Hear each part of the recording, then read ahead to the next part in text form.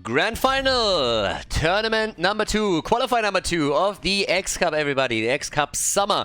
We have our best of 3 at hand, and it's Battlefield of Eternity. The Hardos, they're in the final again, and they go up against the CComrades today.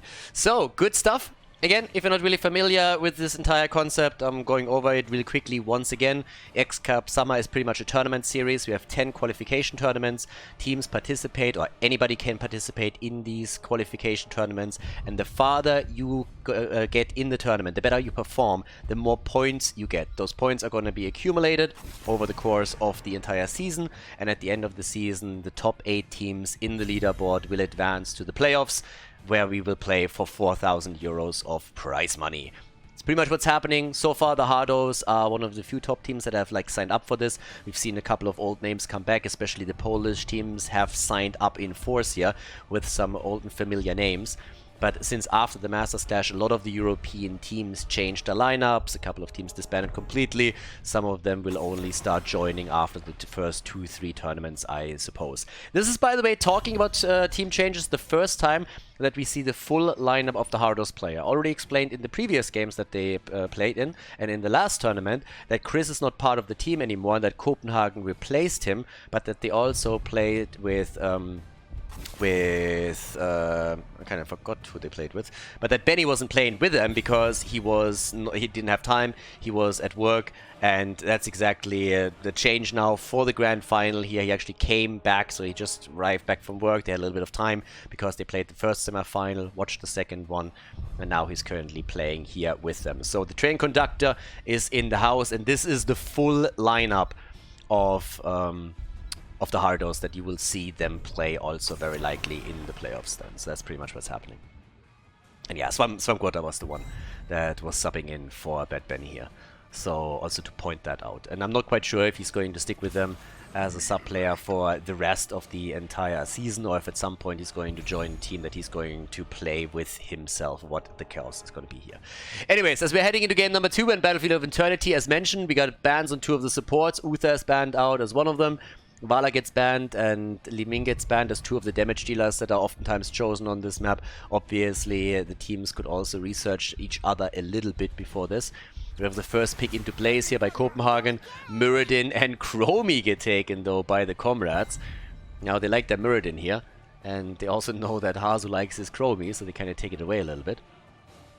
And, yeah, let's have a bit of a look of what we're getting here. What is the blue team going to get? Alright. Still need to have a bit of follow-up. Okay, we got Malfurion and we got Hanzo.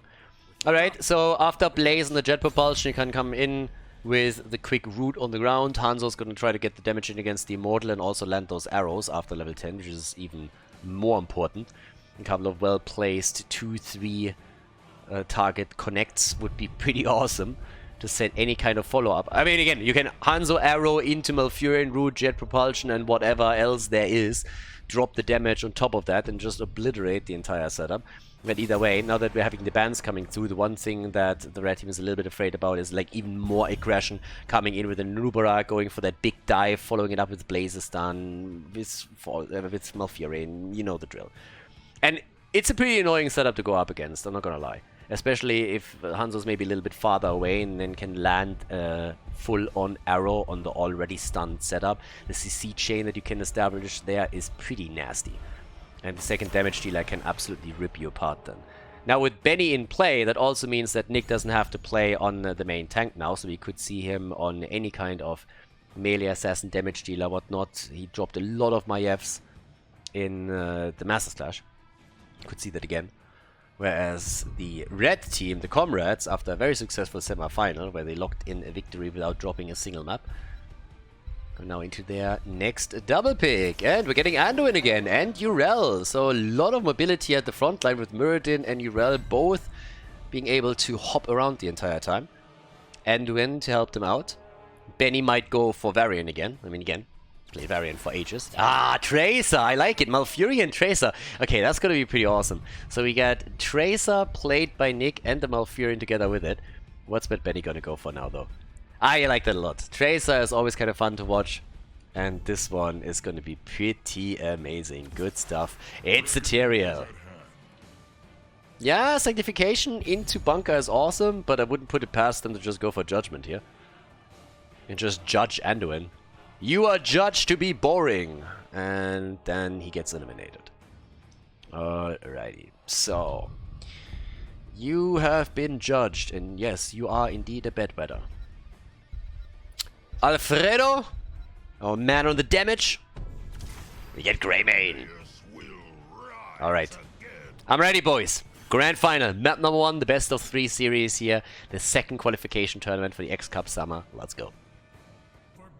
Hardos against the Comrades, Battlefield of Eternity, map number 1 in the Grand Final. On the left side, we got Hardos on Hanzo, we got Bad Benny on Tyrael, Copenhagen on Blaze, Nick on Tracer, and Yasu on Malfurion. On the right side of the map, the Comrades with Avin on Muradin, Vexu on Anduin, Nano on Chromie, Khaldor is playing Urel, and to complete the World of Warcraft setup, we got Alfredo on Greymane.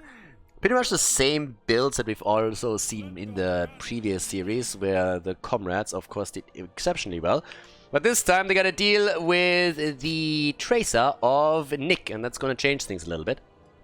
I'm going to see how they can handle that. They got some stuns here, they got Greymane, of course. So definitely got a couple of tools in the arsenal that can deal with Tracer to an extent, but it's not like they're running too many that will pose a big problem for him, and Nick is already zipping left and right. Malfurion, on the other hand, he had some problems as he ate that Stormbolt full on and now needs some dental work. But Tracer had no problems with all of this. The top lane is set up, we got Urel against Blaze, and Nick is already zipping around here and is keeping Avin a little bit low. Yeah, they already struggle to keep him in check. It's not going to be easy for them. Malfurion is the best support that you can get with Tracer, because that heal over time is just absolutely fantastic, and it can also lead, of course, to an overheal. And they just have mad trouble keeping track of Nick right now, who is just like zipping around here. A good Tracer player is one of the most annoying things in the entire world. But yeah, either way, we have Blaze starting to rotate down, so as the so much for that. Maybe not as many problems as they thought they would have. So Nick turns into Hans as he gets very quickly obliterated. Once the Stormbolt connects, everybody just chipped in, and that was an insta blow up on her. So yeah, that shut Tracer down pretty hard. Good job. The early game was a bit of a bait. They also took the camp because of that, and very, very nice. At the top, the Space Goat escapes, and good start for the Comrades. A little bit better than I expected here. And Nick is now coming back, and of course will eventually try to redeem himself here. I guess the late game is more so going to be his friend, but that was a really nice stop by the Comrades. They're like, yeah, you are... Ah, that would have been a little bit too much. If they killed him here again, that would have been kind of crazy. So, well, as it stands, Bad Benny is low, Nick is low too, and everybody is attacking the bot lane here. And of course, thanks to especially Greymane, if you are able to get on structures in Worgen form, then you are easily starting to drop some of the towers and of the gates here. So, yep, there's that. But, well, let's see what they're gonna do. Up at the top, Khaldor is still controlling the lane. There's currently like 0 resistance. Blaze is now coming up top to soak up the XP, but the lead in the experience is currently on the side of the red team for sure. First objective is of course up, and this is where things are starting to get a little bit more interesting. But I think the second objective, with level 10 abilities being available, is more so what we're looking for here. Either way, level 4 is ready for both teams. No surprises here either. We got our pulse generator again. We got the 1-2 punch on level 1 for Tracer, by the way. Our setup top side is not really changing too much either. And now that the Immortal is up, it is a party time. Avin gets attacked over here. They can't quite go for the kill, but they're getting some serious damage on Hazu, and that was nearly a drop on him. Alfredo was jumping to try and take him down. Went for the throat, but Hanzo jumped out just in time. The Immortal is slowly losing some hit points on the side of the Comrades, on the other hand. And they're losing even more. It was a nice move by Malfurion to slow them down even further. So the halftime show is locked in by the Hardos. Great rotation by them. Good zoning out of the opponent at the bottom of the map as well. And now they're trying to make the play for, I guess, Anduin. And Anduin is in real trouble. He's not going to get out of this one, is he now? The root is on the ground, and that's an easy kill against the Crybaby as he gets dropped. Oh! Nice! Well played around the vision. Nick doesn't have enough hit points to dive in again. So Greymane is still alive, but they still lost, of course, Anduin, and that means they're also losing out on the objective itself. So there it is. They're easily trying this one. They're easily taking this one down without even trying. Bottom of the map, push is now coming in. And there we go.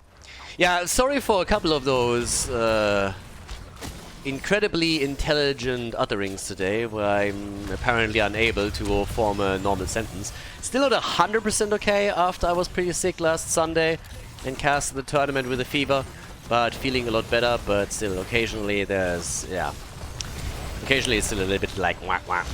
Anyways, level 7 versus level 7, both of the teams with the extra talent now. And, well, that leads also to a pretty aggressive push through the bottom of the map, as it's a 5 versus 5 between the Hardos and the Comrades. And if they are persistent with that, I don't really think that they're going to get the fort, but they got the fountain, and that's a huge step in the right direction. If they can get a kill too, oh, Anduin with the save. Yeah, good job. Nicely done. That could have been the end of Urel, and that would have been a problem. But anyways, with the vision now granted by Chromie, they already know that the camp is currently taken bot side, but they won't leave that up for grabs for free. Good bomb connect though, and they're connected with 2 even.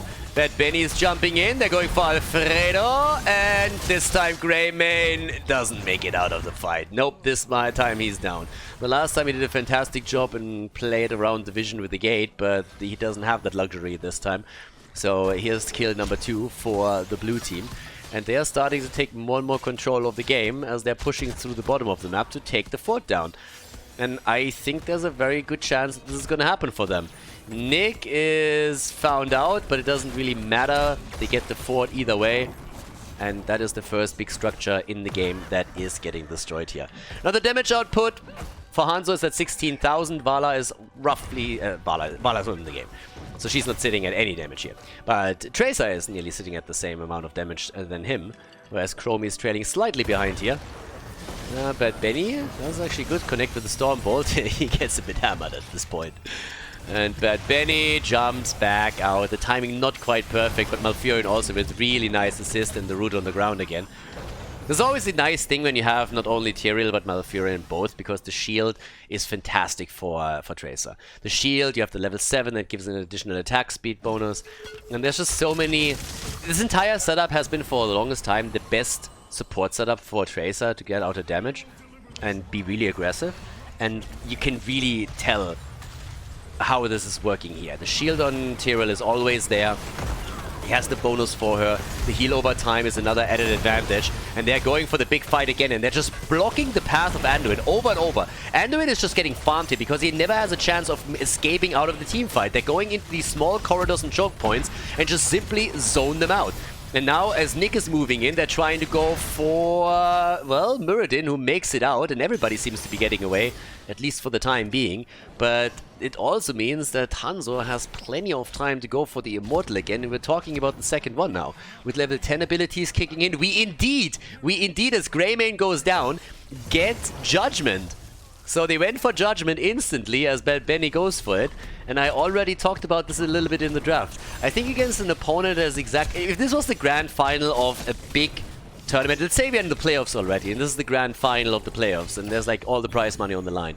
I'm not so sure that Bad Benny really goes for Judgment here. But it's a really fun talent that we occasionally see these days, and has become a bit of an alternative to Sanctification. Depends a lot on the playstyle. I mean, normally with Blaze and with Tyrael, you're going for... Sanctification plus Bunker, so that you have the 2 layers of defense and keep the team alive in a big team fight. But now you can play a more aggressive playstyle here against the Comrades if you are the Hardos, because you are, of course, the huge favorite in this grand final. And they're showcasing that. So with the Immortal through the top, they have Blaze at the bottom. That's a big wave, by the way. And also a camp that they're pushing there. Arrow came out. They try to save Malfurion, but the attempt is in vain. Malf is down. Blaze comes in, but he's a little bit late. He still gets the connect though, and they take the Crybaby down again. Anduin is dead. Tracer is moving out and the fort at the top is falling. But Tracer gets murdered at the back end by Chromie. Greymane falls as well though, and the fight isn't over as Urel has moved down to the bottom of the map, and Hanzo with a quick jump over drops their gnome. Chromie is down and gets eliminated here. Slapped around a little bit. Good job. 8 kills to 3. 1.5 levels ahead, and they're even working on the gate itself. Nice. Yeah, good stuff. Really nicely done. So they get a whole lot of fear. I mean, we're 9 minutes in the game and the keep is taking damage. Not a lot, but it did take damage. Yeah, Nazu died. Muradin has already 60 stacks, by the way.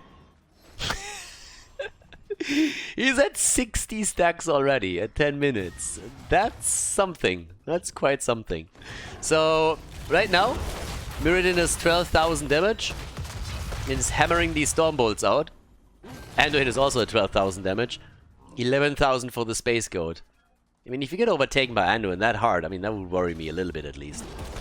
But alright, there it is.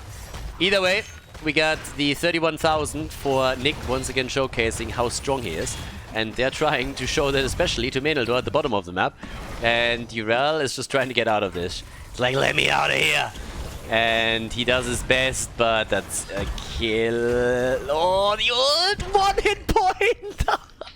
No way! And Nick has to zip away. But yeah, that was that.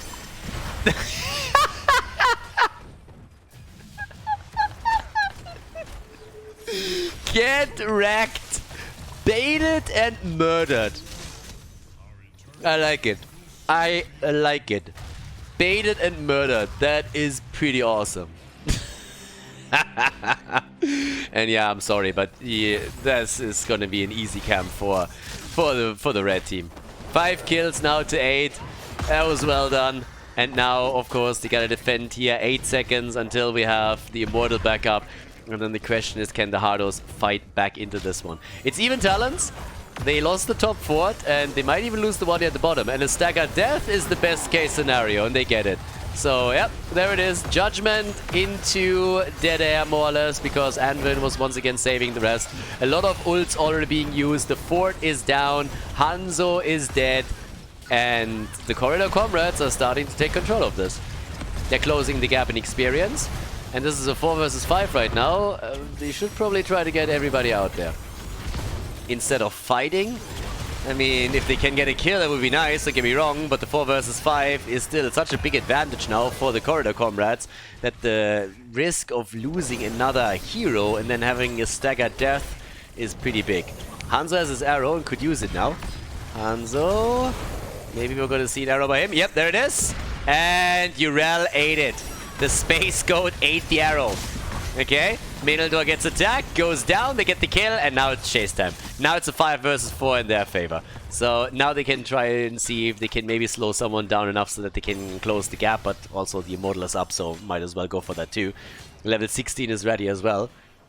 And the Hardos are obviously having a little bit of fun here.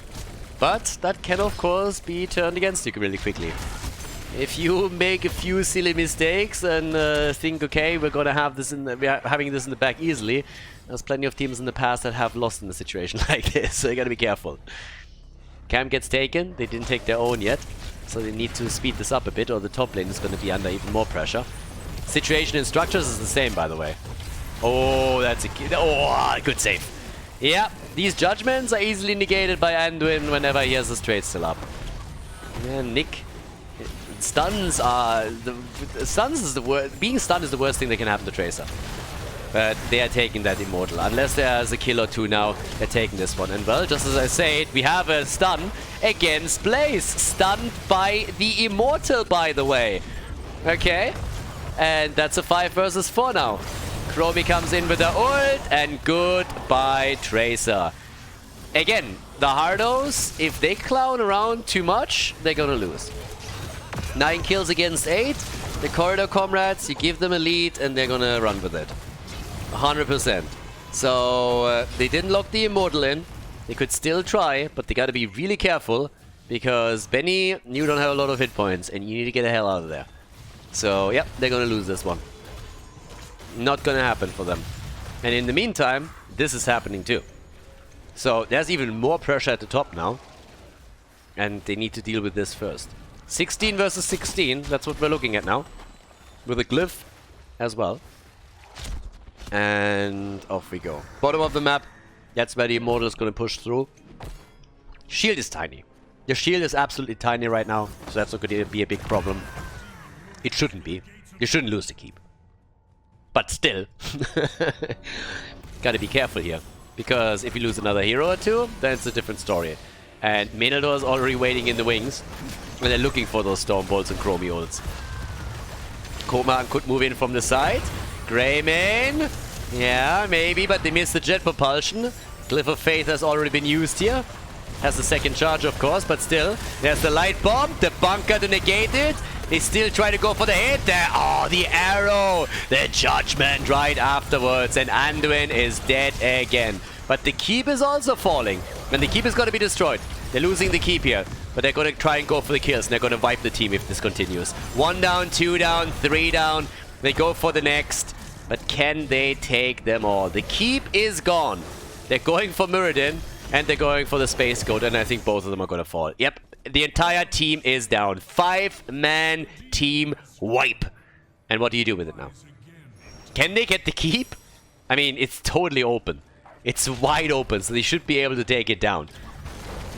Can they go for the core? Nah. Maybe? 4 seconds for Anduin. I guess they're gonna try. It's a core attempt. They're gonna try to take it down as much as they can. And Greymane is back in 2 seconds. The shield is gone. The core is falling. Greymane is back. Nano is back. 70%. Bunker is up. And there's the kill on Hanzo. The kill on Malfurion. 26%. And they get it. They get it 100%. That is it. The Hardos with a win in game number 1 of this best of 3 at the grand final of the second qualifier. Before we head into game number 2, make sure that you subscribe to the channel if you haven't done it yet so you don't miss out on any future content here on Khaldor TV.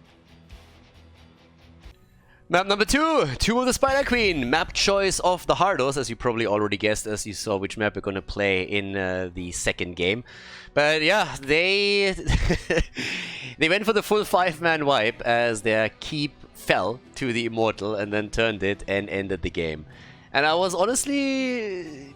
On the one hand, you can argue that maybe it could have been a little bit close, but always consider that Tyrael has the explosion potential that will take another 5-6 percentage point off the core too. So that's something that they definitely also took into consideration there. So good job by the Hardos, timed that perfectly, and that's honestly what you learn with experience. They saw an opportunity and said, like, guys, we have plenty of time to just come in, take the keep, and then end the game completely. So great call by them. And it leads to a lead in this grand final for the Hardos as we are heading into Tomb, where Junkrat gets banned. And, of course, now immediately you're thinking also about that Medivh ban again. When Junkrat gets banned, I mean, Junkrat gets banned for multiple reasons. Junkrat, first of all, is great and as a follow-up on any kind of, like, stun that you have. But even more so, when a Medivh is on the other side, then with Junkrat, you can control the portal really well. Oftentimes, Junkrat is a counterpick against Medivh by many of the teams on the top tier level. So if Junkrat gets banned... It's also because on this map he has great interrupt potential on the turn-in. But if you then get Medivh, it also makes it much easier for you to get a lot of value out of Medivh. So that definitely becomes an option as a pick now, if he's not banned by someone else. Medivh is always a bit of a weird one, because in a lot of games he gets completely ignored, nobody plays him, and then all of a sudden you see him picked and banned in 10 games in a row. So it's a little bit like a wave thing for him, but yeah. So we'll see how they're playing this out this time. So Yrel gets banned as well. We have 2 of the side laners getting attacked with this. And now what are we having at the first pick? We've seen a lot of Vala plays here. She gets more and more popular with all of it. We have, of course, also a couple of like melee assassins that are insanely popular here. This is when Nick started to bring Karrigan back into the meta. We've seen a lot of Maiev plays on this one as well, and I would be kind of shocked if he would go for something similar. There's our Vala pick though. That's first. Any of these more aggressive setups we usually have as a last pick, honestly. But we could also see a Karrigan. I would not be surprised to see Karrigan, for example, banned by the Corridor Comrades as their third ban. That would figure. But it depends a little bit on what else that they're going to get. With the double pick that we are now having for the Hardos, there's a chance that they lock Medivh in if they want to have the quick rotations between the lanes. And capitalize on the fact that there's currently no Junkrat against them. Malfurion on the other hand, and we got our boy Leo. I like it. All shall suffer. Yeah, like it a lot. Leo is awesome. I like Leo. Leo is always kind of fun. Very relaxed. Anyways, what's happening with Vala? Who's going to be on the support side for her? Because they're going to go for double support again. Could be. We get Rexa and we get Uther. And the last time that they played this, they played Uther plus Oriel. So maybe they're going for a double support setup again for this lineup. With Rexa on the side lane. And of course someone that can always send Misha to the front to collect the gems. And also come in and get some extra stuns out there. Ana? Yeah, but again, they played Oriel. I get the Ana ban completely. Don't want to have this Uther Ana setup, but you have Stukov still open, and you have also Oriel still open, which they played previously with Vala on this map. And I'm not 100% certain if they saw that. They must have, honestly. I want to believe, like, the Hardos must have seen that. They must know that Oriel is actually an option here. And I guess they just don't care. Yeah! Okay. Yeah, so much for that. We got Stukov, Malfurion, and we get Zul'jin. Alright, okay. We got the double support here with Stukov, Malfurion, and we have a Zul'jin in there. Now, obviously, they are in the lead and they're the favorites either way. But even if they saw what was played by the opponent's team on Tomb of the Spider Queen previously, that setup is out there. So there's Deckard Cain, and we get Maiev. Maiev, Rexa, Deckard Cain, Uther, and Vala. Yeah, the double support setup with Vala and Maiev, they had it the last time. They played it a little bit differently in the previous series that they played, but still. We got the troll pick over there. Apparently they want Axe. They want Axe, they're gonna get Axe. And Bad Benny is playing Jojo. Ladies, here we go. Tomb of the Spider Queen. The second map in the best of 3 series. Let's jump in the Hardos against the Corridor Comrades here in the grand final of the second qualifier for the XCup Summer. The Hardos are trolling. They're going full Zul'jin on this one. Nick on Zul'jin, Hazu on Stukov. He's playing the second support. We got Bad Benny on Johanna, Copenhagen on Leoric, and Yasu on Malfurion. Let's go. Right side of the map. Erwin for the Comrades on Maiev. We got Alfredo on Uther, Rixu on Deckard Cain, Nano on Vala, and Meneldor is playing Rexa in game number 2 of the best of 3 series here at the grand final of the second qualifier of for the XCup Summer. So let's see what Nick can do here. I mean, late game Zul'jin can obviously always be a huge problem whenever you're stacking your baseline into oblivion. It's absolutely fantastic. He's going to be the hard carry for him throughout all of this. The double support is going to try and keep him alive here. Stukov can also go for a couple of slaps, I suppose, and hit hard. And they're already hitting a little bit. Yeah, Stukov is working some attacks in, as does Nick. All of them going for the attacks here and trying to stack as much as he can. Yeah, and he actually works in quite a couple of attacks right now. So there's the tether. Gets tethered in. Dodges out on most of it. The first kill against Malfurion. And the Comrades walk away with first blood. Nice. Misha comes in too. And all of a sudden we're talking about a 5 versus 3. But the rest of the blue team is still able to make it out. Evan has to go for the jump. And we got 3 stacks now for the troll. And once that he has the range increase, things are of course becoming a little bit easier for Zul'jin too. Bottom of the map, Copenhagen is still holding on to it. But yep, there's that. All the way up at the top, we got Bad Benny. He obviously brings a lot of wave clear to the team too with his Johanna and the Condemn. So that's going to help them to control the lanes a little bit. They're going up against Vala here after all, and she is going to burn down these waves very easily. But the rest of the team is there too. And for Suljin, it's all about getting stacks right now. It's really just like trying to get as much stacks, as many of them as you can possibly get. And I'm a little bit curious to see if he's also committing to the Arcanite Axis on level 7 and goes for a full stacking setup, or what exactly the game plan is. But with 6 stacks to the baseline already, that's pretty nice. Against Misha, you can also get a few more later on. Good tether against Hardos, straight into a good old Warcraft 3 surround, but they broke it. And now they gave Suljin even more opportunities to get some hits together, and he's at 8 stacks, and we're only 2 minutes in. And once he hits 15, it's just becoming much, much easier for him to connect those, since the range increase is, again, significant. Level 4 is there for the Comrades, but yeah, it's all about Nick. He's the hard carry for them. And of course Vala on the other side. I mean, she's already getting the stacks together for her multi-shot setup too. We got Shandol's Clarity in. Okay. It was actually kind of funny. The other day I was like speculating a little bit that sounds a little bit more like we're talking about some kind of like liquor or something, some kind of alcohol. And someone on YouTube replied immediately and said like, actually that sounds more like some kind of like a brand of weed or something. And I guess the Californians can probably judge it a little bit better than myself, but considering the source and that good old Malfurion has that talent name, I totally see it, yeah. That's some kind of mushrooms that we're talking about here for sure, and they're growing on Malfurion's wings. That's, I think, the secret. So the kill against Drax at the bottom of the map, as Hazo and Copenhagen went for it. Already gives at least 1 kill over to the Hardos, so good for them. But Suljin is stacking, and Suljin is stacking fast. Suljin is at 12 stacks. Nick, with the help of the double support, is really starting to work these auto attacks in, and if I'm on the side of the Comrades, then that would worry me a bit. One of the reasons why normally you don't see a lot of Suljin on the higher level play is because most teams are very good at limiting the amount of stacks that he can get on the baseline, but the Comrades are currently in a bit of trouble when it comes to that. Erwin is about to go down, and he is indeed dead. And now they're going for Alfredo, who's also taking a little bit of a beating. And Nick already gets the first quest reward. Nick already has 17 stacks. He has the range increase here. And I really hope he's going for the level 7, because he gets the double cleave super quickly. And this is getting more dangerous by the second.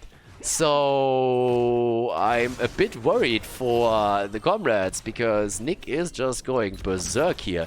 He's at 15,000 damage already. That in and of itself is already great.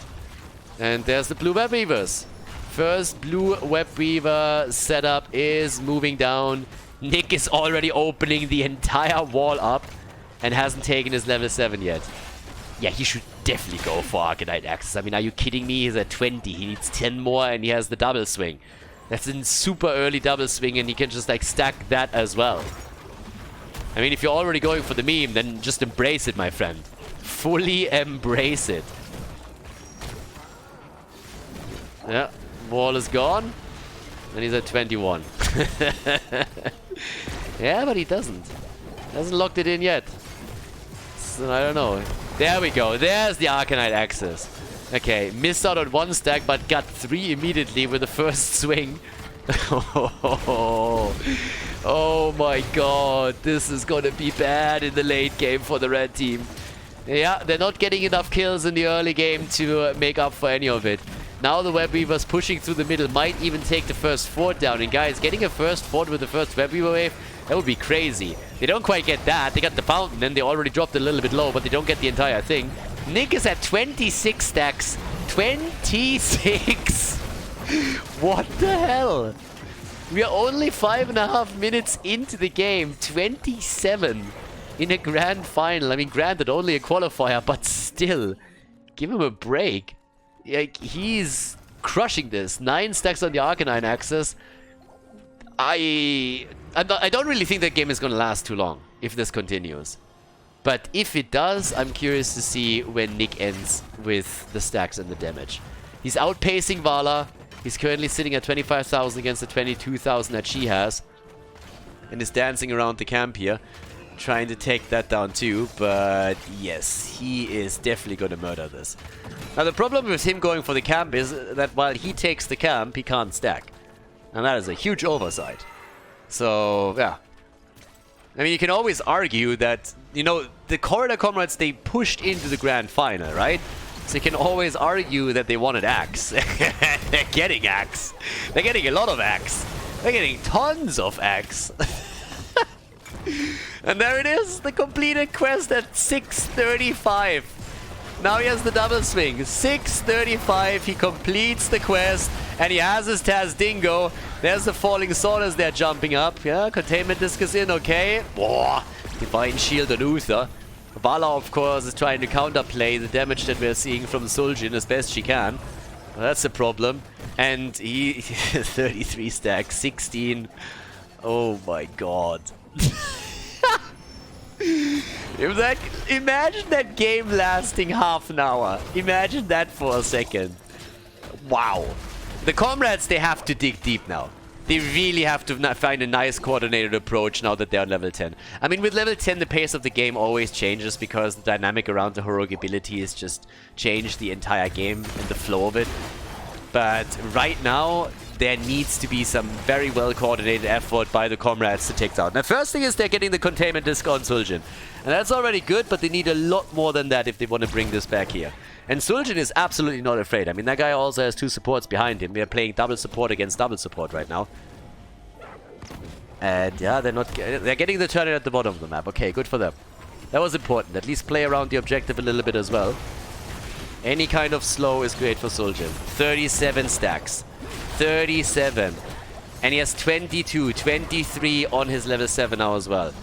Alright. Gets the attacks in against Misha. Even more. What a setup! Oh, the Entomb! And the kill. 40 stacks for Suljin already.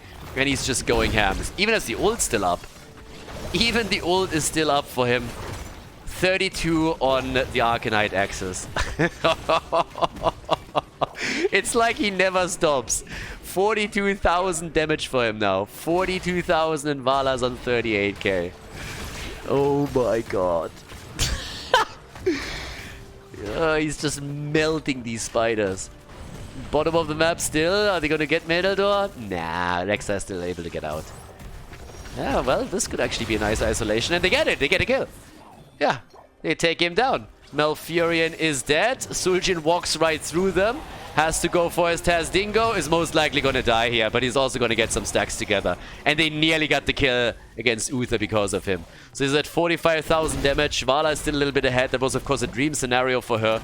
She got the big AoE out, but he's sitting at 44 stacks and 37 stacks now. Ridiculous. The second turn-in is a reality for the comrades on the other hand, so that's good for them. Yeah, here they turn in, and they got the web weavers. So it's 3 kills to 3 kills, and level 13 versus level 13. We can talk about stacks all day long, but at the end of the day, it matters how many kills you get, what your level is, can you get a couple of additional objectives over your opponent, and how many structures do you take down. So the Corridor Comrades, they might have some trouble with Suljin in the later stages of the game, maybe now already, but this is still going to be a pretty good fight for them. Or at least I thought so, and then I saw that epic Copenhagen tomb.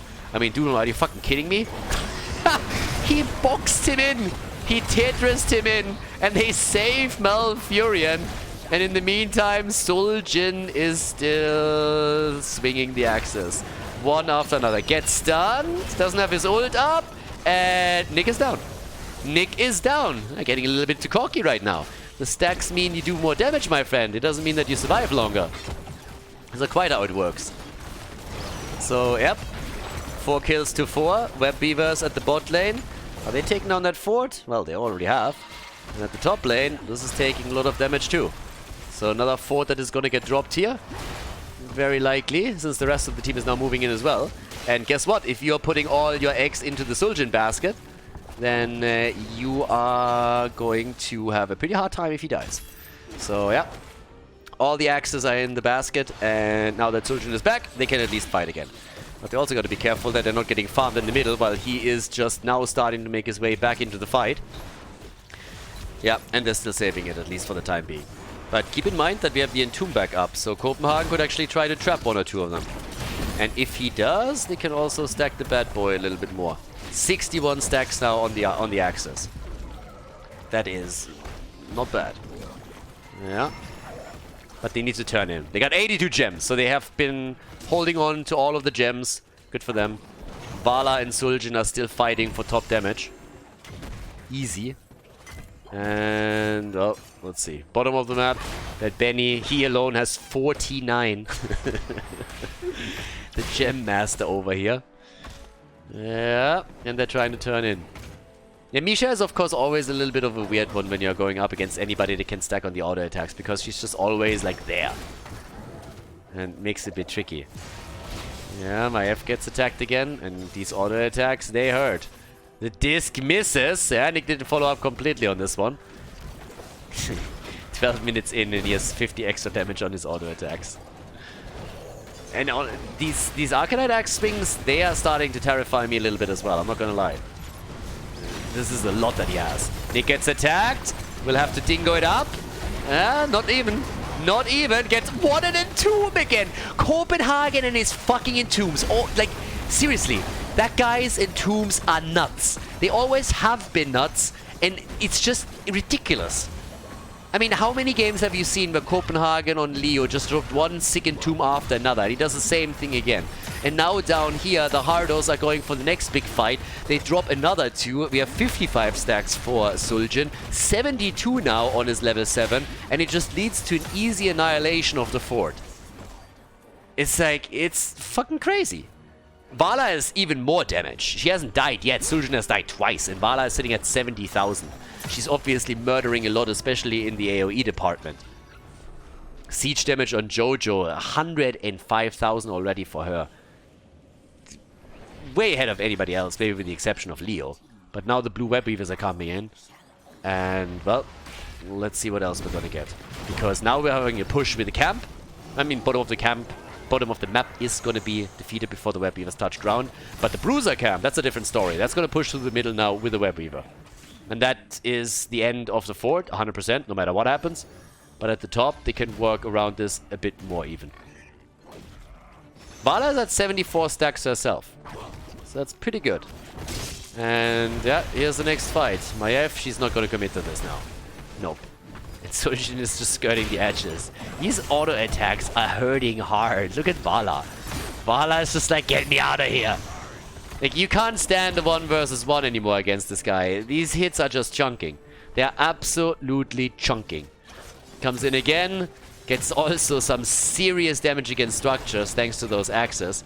And the rest of the team is just helping to zone him a little bit. So the entire gate is already down. Look at Vala. Vala doesn't stand a chance. And Suljin is moving in again. Another one of these over-the-wall entombs that just traps Uther. Nick staying away from the stuns as best he can. And they force the Divine Shield on Uther himself. Yeah. And they nearly get him again. Drops the fountain here. Nick with a big hit on the Arcanite axis again. 81 stacks now. And they are just moving through that mid lane like hot butter through cheese. I mean, everything here just disappears. Look at these stacks that are getting together for the 7. And the baseline is getting increased too. Nick is just absolutely bonkers at this point. He has, again, overtaken Vala. Needs to go for the Tazdingo and has, but still dies. Once he has his 20, I think it's lights out for them. Somehow they keep Meneldur alive. What a big sleep. Fantastic. Fantastic. But the slap from Stukov keeps them all at bay. Nice. Another entomb just to slow them down a little bit. And maybe even bring this back, but they have so many gems they need to retreat. With 97 gems in their hands, you don't want to risk too much here. So now there are still opportunities to take Nick down, because even if he commits to the Tazdingo, as long as he can't move, he's going to die afterwards. But once he commits to his level 20 and takes the upgrade, have fun. Because the damage that he's trading in is crazy. Now we got 96,000 stacks, sorry, 96,000 stacks on the level 1 for Vala would be kind of monstrous. But 96 is pretty good too. So, yep. She's going to cross over into the triple digits for sure. It's definitely also going to happen on the Arcanite axis, by the way. Yeah, they're interrupting again here. As long as they can... Nah, there it is. That's going to be a turn-in. At the bottom, they need to deliver a single gem. And that's it. So, yeah, the fight back is always there. I mean, the game isn't over. It's pretty much just the 2 hyper carries going up against each other, right? In regards of damage. 96 stacks for Vala. It's some serious AoE damage. 68 stacks on the baseline for Suljin. 95 for his Arcanite axis. He's at 90,000, she's at 88. Very similar siege damage from the two of them as well. The big difference is that Vala doesn't die. Nano doesn't get murdered. Talking about getting murdered. Someone is diving deep. Yeah, there's the level 20. And that's, of course, a big help now. Web Beaver's already on the ground. And it's party time. Redemption is in.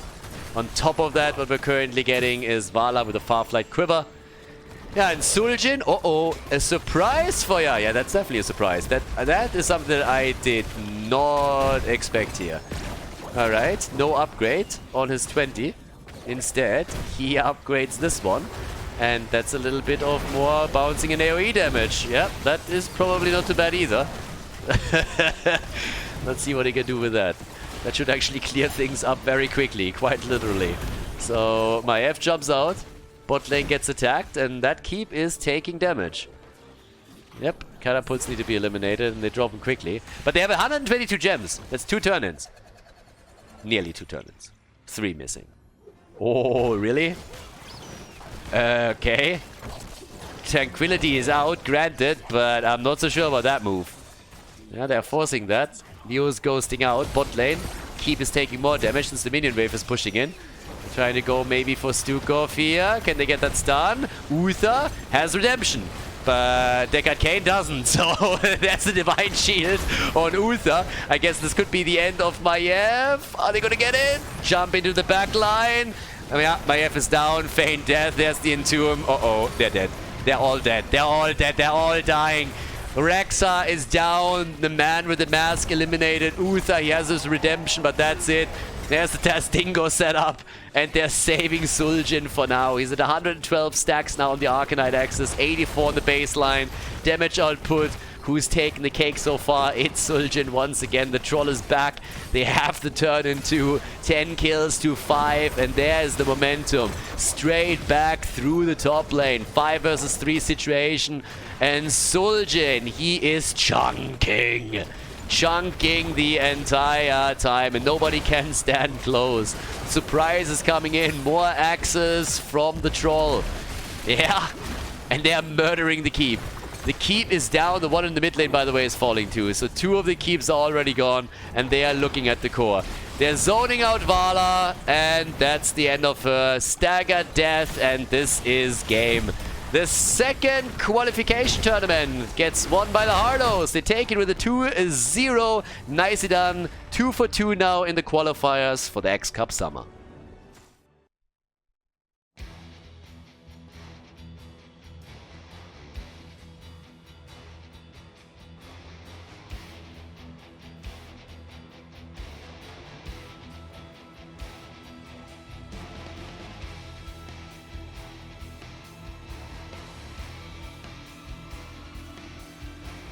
Thank you everybody for watching the video today. I hope that you enjoyed the show and the commentary.